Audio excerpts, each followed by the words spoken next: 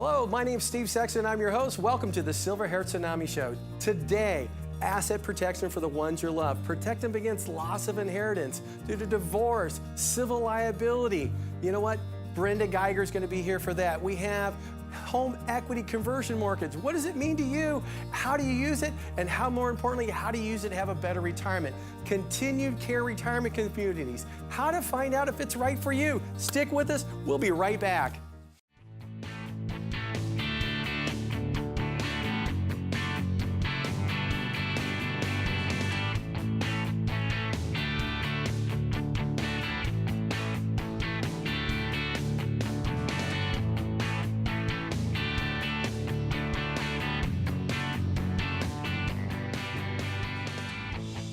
Hi, you know what? If you're under the age of 65 and you're retired, you're probably on the Affordable Care Act. Why? Because your income is probably a little less and you're getting government subsidies. And this is wonderful. But you're just starting to receive your premium increases. Overall in California, it's supposed to be going up by almost 13.8%, but it's also going up significantly higher in certain areas. For example, one of my clients just in Riverside County, even with the supplements from the state and the federal government, is going up from $164 to $284, almost a 57% increase. Now, if this is happening to you, you can go to the Affordable Care Act website and compare plans. But here is the big news. This is a doomed program because the less and less options that you have, the higher and higher prices, and the less and less coverage you're going to have. So this is the time that you want to step out to your congresswoman, your senator, and say, hey, look, we need to do something about this Affordable Care Act because it's becoming unaffordable, because your only options are to take higher deductibles, bigger co-pays, which means allows people not to be able to afford that health care. Second option, okay? You're looking at the end of the year. It's tax time. It's time to take a look at where your estate is or where your income is to find ways to lower and eliminate your taxes. For example, this is the time of year where people receive bonuses. Some of those bonuses are in the couple $100,000 range on top of a $100,000 income. So when you add $300,000, you're in a 40+% tax bracket. This is the time to take a look at things like conservation easements, tax credits, charity tax credits, things like that that could reduce your taxes by 25, 30, or 40%. We just had one client that had a $95,000 bonus, okay, on top of $200,000 worth of income, just by utilizing a conservation easement, which has tax codes to it and has for a long time. We were able to save them $20,000 in taxes that they didn't think they had to pay. And that's the tip of the day. Watch your taxes and look out for that Affordable Care Act. Hello and welcome back. We have our favorite estate planning attorney, Brenda Geiger from the Geiger Law Office. She's here to talk to us about creating asset protection in your trust for divorcing spouses, lawsuits, bankruptcy, and creditors. But this is all about protecting your kids. Brenda, welcome to the show. Thank you. I'm so excited to be here. I'm glad to have you back. You know what? It looks like summer's over. Yep, the rain is here. We had rain last week. It's crazy. Now, talk to us about creating asset protection for your kids because, you know, divorce, bankruptcy, lawsuits, creditors, all that kind of stuff. I mean, I actually know somebody whose child pretty much lost their assets because they weren't very good at handling their money and they spent too much and the creditors came after them. And yeah. It's nuts. So how do we go about protecting ourselves? Well, there's some special techniques that anybody can put into their revocable trust to protect from a future divorcing spouse of your child, a creditor, a lawsuit, or bankruptcy. And that is that we don't want to have any demand rights that the beneficiary would have against the trustee of the trust. And a lot of people say to me, well, but that's good, but I'd like to let my child be in control of their property that I give to them. How can we make sure that happens? And there are a couple of ways to do that. You can make your child a co-trustee along with an independent trustee. That's probably one of the best ways. But you can even get there if you list your child as their own trustee, but just with the proviso that they know they need to step down if something bad ever happens, or they need to appoint a co-trustee that's independent from them to serve with them to protect those assets from the creditor. Okay, now another thing that's happening here is limited liability corporations to protect rental or commercial real estate assets. Tell us about that and some of the issues that go along with that. So in the land of rental real estate, either if it's for commercial use or for residential, when you become a landlord, you open yourself up to a lot of risk that other people don't have. So you want to look at protecting yourself from what we call inside liability, which means stuff that would happen in connection with the property. And then there's exterior liability, which means things that happen outside in another context that might take the asset inside the LLC. So we can get some creditor protection on both fronts by having it properly protected and structured in an LLC. But the proviso here is that the LLC statute in California is not very good. And the reason why it's not good is that we have multiple remedies for a judge to choose from when a plaintiff comes after you and your property. So we like to set up our LLCs in another jurisdiction like Wyoming or Delaware or Nevada, because they have what's called charging order only protection. That just means if a charging order is issued by the judge against the entity, the LLC, that means that if you don't make distributions out, that they can't do anything other than to attach to the entity until you make a distribution out. So you could really starve a creditor out, I guess, in a sense. So this is it's a much better way to have creditor protection. But if your property is located here in California, you're still not going to avoid that $800 state franchise tax board fee, because the franchise tax board wants their cut too. They consider you as doing business in the state of California if the property is located here. But that's a simple foreign filing. And the fees in Wyoming, for instance, are very low on an annual basis, probably somewhere between $50 to $100 for the registration fee and then a service of process agent fee. So it's just a little, for a few $100s more a year in annual cost, you get a much greater protection. Now, kind of give us a real world, simple example. We have somebody at your rental property, they decide they're jumping off the roof and they smack their head in the pool. Yeah. And they're quadriplegic. And the reason why I'm saying this is because when I was at the Automobile Club, that's what happened. Oh, wow. And basically, they paid the limit of liability, and the rest was on them. So if you're in an LLC, how does this affect that? So actually, it's more dangerous to have somebody in that situation where somebody is disabled for an entire lifetime versus even a death claim. So that could be a really expensive judgment. And a lot of people have exclusions in their policies, or things can go beyond their policies. So make sure you have a strong policy and an umbrella policy in addition to the LLC. But the LLC is really meant there to protect your other assets outside of the LLC from being tapped. If it's properly structured and you're abiding by all the rules of the LLC, which are very simple to abide by. It's not like a corporation. There's not all these fancy rules. No, okay, so basically what you're saying is this. The LLC is designed to only have what's in the LLC be attached from the lawsuit. Yeah. It's designed to protect you. It's designed to protect your other companies. So, for example, if you have an S Corp and your own stuff right here, the only thing in the middle is going to be touched is the LLC. Yeah. Okay. And if you have it in Wyoming, as long as you're not making distributions from that LLC, you could be in a position where you don't have to pay anything until you do. Yeah. Okay. But if you make a distribution out, then the creditor is first in line if they have a charging order attached. Okay, to the so LLC. when you say distributions, does that mean regular rents? No, just anything you pull out. Like if you cash out. Yeah. Oh, okay, so in other words, you can have regular rents go out and you'd be okay. It's just. Well, you don't want to distribute them from the LLC. You could keep them inside the LLC in the bank account. Okay, Yeah. okay, perfect. Now, the next thing is asset tracking in an estate plan. This is key because all too often, and this has happened, a lot. In fact, the last 4 weeks, it's happened twice, where somebody forgot to put their house back in the trust after refinancing, and the spouse passed away. It's a second marriage. Her kids hate him, and it's crazy. Yeah. So tell us about estate tracking. Tell us about your website. How does that work? Yeah, so it's referred to as asset alignment or asset tracking. So just setting up an estate plan or a trust plan is not enough. You have to keep track of where your assets are located, meaning are they continued to stay in the trust, or if they're an IRA asset, are they being coordinated with your estate plan? So a lot of these things change. I had to probate an IRA one time because it was referred in to me. It wasn't my client, but the primary and the contingent beneficiary both died. So now we had a probatable asset, and the fees were just astronomical. So you really have to pay close attention to how things are aligned with your estate plan on a continuous basis, at least annually.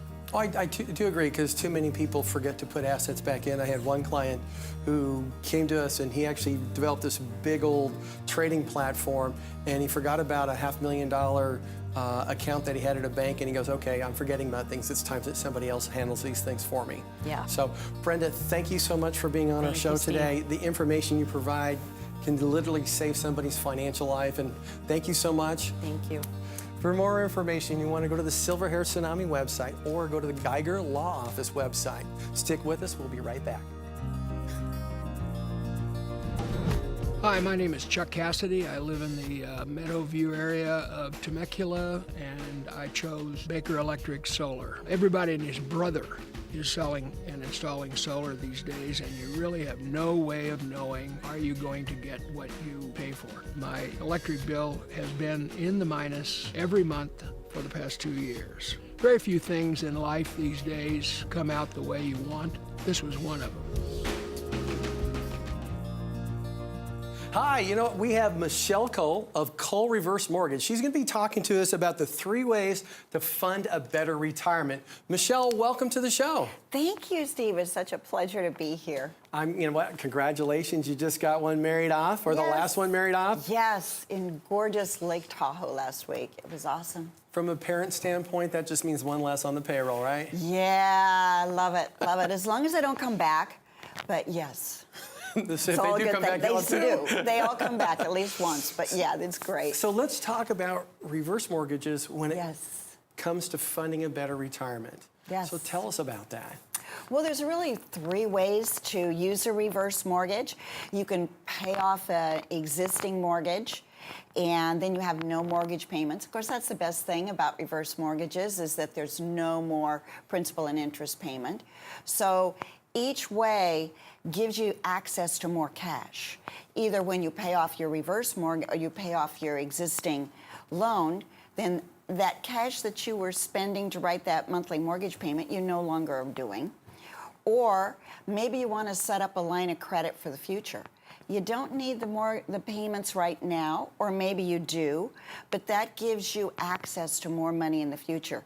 And as a financial planner, that's what you want to do, is give people options so that they have another strategy for retirement. Then you have buying a home with a reverse mortgage. One of the best things about buying a home with a reverse mortgage is there's no payments, principal and interest payments, and many times, rather than buying a home with all cash, you can save part of your cash for other things that you want to do, and no monthly mortgage payments, the house that you really want. So that's kind of 3 things that people do with reverse mortgages. So let me add to that, as somebody who's a financial professional helping out people every day. One of the big things that we're seeing now is pensions. Yes. We're starting to see, we have the truckers' pension. They were going to reduce the amount of payments so the pension would last longer, but the Treasury said, sorry, not going to happen. So we've got a truckers' pension. If they don't make any changes, we'll be gone in 12 years. There's a merchant marine pension. These are the guys who make all the stuff that come in off the boats work, because they work on those boats, and that's going to be gone in 8 years.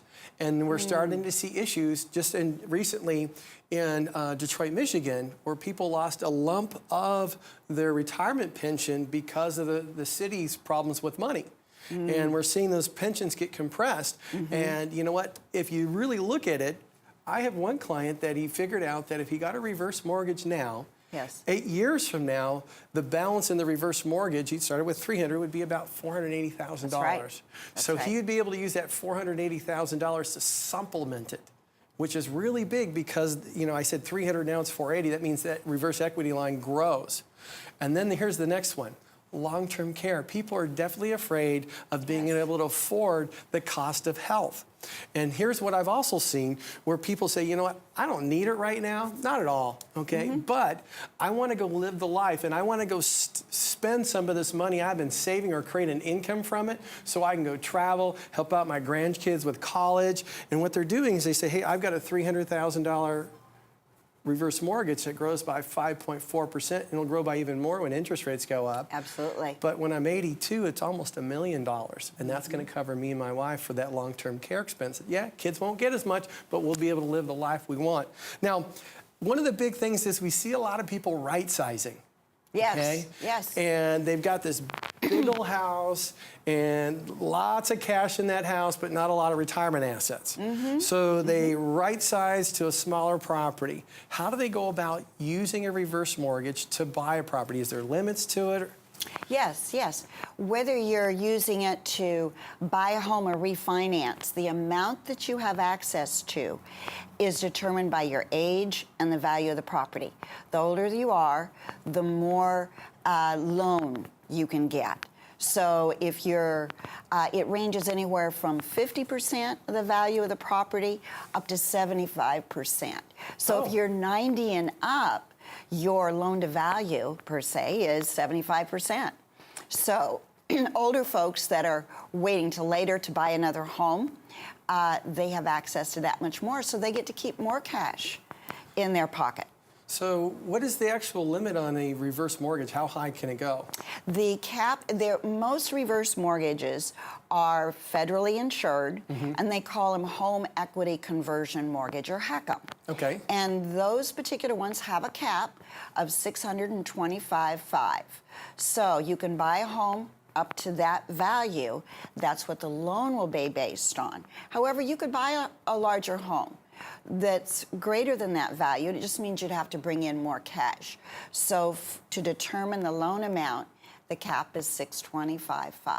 Okay, so in other words, if you're buying a house for $625,500, yes, you can get 75% of that if you're 90 years old, if you're obviously. 90 years old, yes. And then you could save your other cash for health issues, travel, grandkids, the whole shot. Yeah. Giving early inheritance and everything. Yes. Perfect. Now, let's see. One last thing. When somebody walks out on life, what are the relatives' options? Can they buy it? Are they just done with it? Oh, yeah. What's the options? There really are quite a few options, Steve. First of all, if they pass away, the family members can inherit the home like any other property. They refinance, they pay off that mortgage, they sell the property. A reverse mortgage is still a mortgage. So just like in any other home, generally the heirs will sell it and then split whatever equity is there. But say even if there wasn't any equity, which that could happen if they've lived there a long time, the heirs can still buy that property for 95% of the appraised value at that time, the market value, regardless of the amount of the loan. Even if the loan exceeded the value, they are not liable for it. And that's really huge because there's no recourse. So that means that the heirs, if they really want to buy the home, could do that. The mortgage insurance that's covered by FHA pays off any difference. So nobody's liable. That's good to know. Michelle, thank you so much for being part of our show today. You are so welcome. And providing this information because it makes a difference in people's lives. Yes. Thank you. Now, for more information, you want to go to the Silver Hair Tsunami website or go to Cole Reverse Mortgage. Stick with us. We'll be right back. Hi, my name is Steve, and this is my wife, Amy. We just had our solar panels installed by Baker Electric. Living out here in the East County, the temperatures can be in the mid-70s to over 100. We didn't know a lot about solar. Speaking with our solar consultant, he was there to answer any of our questions that we had. He was always there when we needed him. I think the fact that Baker does go in-house with their employees, everyone is very professional and very polite, and they're on budget. We couldn't have gone with a better company. Hi, you probably heard of the continued care retirement communities. We have Teresa Latosh. She's the manager of community relations at the Via La Jolla. She's going to talk to us about the continued care retirement communities, specifically the lifestyle, because you know what? They're not for everybody. Teresa, welcome to the show. Hi, Steve. Well, thanks for coming back onto the show. We really appreciate you having you. Now, there's a number of these continued care retirement communities, and my understanding is not anyone is right for everyone, so to speak. So could you help us understand that? Well, first of all, I do tell people to go out and shop because you're right. Not all of them are the same. And you want to find a place that's right for you. You want to make sure that you like the people that you're living with, the food that you're eating, the activities that there are in the community. I often say about V that we are like a cruise ship that's parked at the dock all of the time. And on a cruise ship, you can either be as solitary as you want, or you can be as involved as you want. And there are activities that range from musical to going out to the symphony and the orchestra and to plays, and it could be staying in and listening to a very engaged professor from UCSD talking about astronomy. It could be something as simple as a Halloween party that's coming up. So there are things for everyone in the community. There is, and so many things are taken care of for you that you needn't worry about a lot of things. You don't have to worry about the roof leaking or the driveway cracking. You can really concentrate on doing the things that you want to do, such as sculpting or exercising or whatever it is that you like to do. So what you're saying is, at the end of the day, you want to be in a community where the people you see there you like, and they're you're your people. Exactly. And they also have the activities that you want that fits your lifestyle. Exactly. Now, here's the next thing. Protecting against rising costs of long-term care. This is a scary thing for many, many people who are getting older, because the costs keep going up 4.5%, 5% compounded annually. I mean, if it's $300,000 now, it'll be $600,000 another 15 years just because of the growth rates. So how does being in a continued care retirement community like the V in La Jolla help people protect against those rising costs? The idea is that you move in when you're healthy and active and can enjoy all of those things that we have to offer. And your entry fee, or your buy-in, as we call it, goes basically toward long-term care. And once you move in, you have access to an on-site care center that includes assisted living, skilled nursing, Alzheimer's dementia care. And I know people don't like to think about it. God forbid, I don't want it to be me. And I understand, but like you, I had a life crisis when I was about 45 years old, and I tell people, you never know what tomorrow will bring. So if you're approved now, then as long as you live, if you need higher levels of care, you only pay what you pay in independent living rather than paying stepped-up fees. Nowadays, skilled nursing, Alzheimer's dementia care, or even assisted living can be $10,000 or $15,000 a month. Or more. Oh, that's true, or more. And the point is that if you're approved early on, then it doesn't matter. And it's a roll of the dice, isn't it? We don't know who, if we only knew what to be prepared for. Well, like your story, nobody wakes up the next day wanting to have a stroke. Exactly, so you say, okay, this way I'm prepared. Now, some people say, well, what if I never need it? Boy, if you never need it, isn't that great? It's happy birthday. That's right. But if you do need it, it's there and you don't have to pay as much as you said. There's a gal that I work with whose parents recently found out that their long-term care contract was going up 25% in 1 year. And they were absolutely shocked. So that's what it protects. That's how it protects assets, because you don't have to pay what the going rate is for long-term care. Yeah, one special note about long-term care, in the last 3 or 4 years, many of the carriers in the state of California have left and shut down their care. Well, they still have to offer the policies that have already been sold, but the cost for that care is increasing because the number of people are needing care, as well as the cost of care is increasing. So, you know what, that 25% might be 25% next year. It might be 4 or 5 times what they're paying right now by the time they actually need it. And if they can't continue to have to pay, that's tough. Now, the last thing, preserving assets for retirement. You have about 30 seconds. Well, and I just talked a little bit about preserving assets, but the other thing is the protection against those rising long-term care costs. You protect the assets by protecting against rising long-term care costs. So they do go hand in hand. Basically, if you do need long-term care and you don't have to pay $10,000 or $15,000 a month, you just pay what you were paying in independent living. Let's say that was $4,500 a month. You're preserving assets that way because they then last longer. And the other thing is at our continuing care retirement community at V, there are 3 different buy-in levels. So you can buy in at 0%, 40%, or 80%. And that money, when you move or if you live with us for the rest of your life, goes to your estate. So if it's important to you to leave money to your children, you can choose a plan that leaves a good percentage to your family at the end of your life.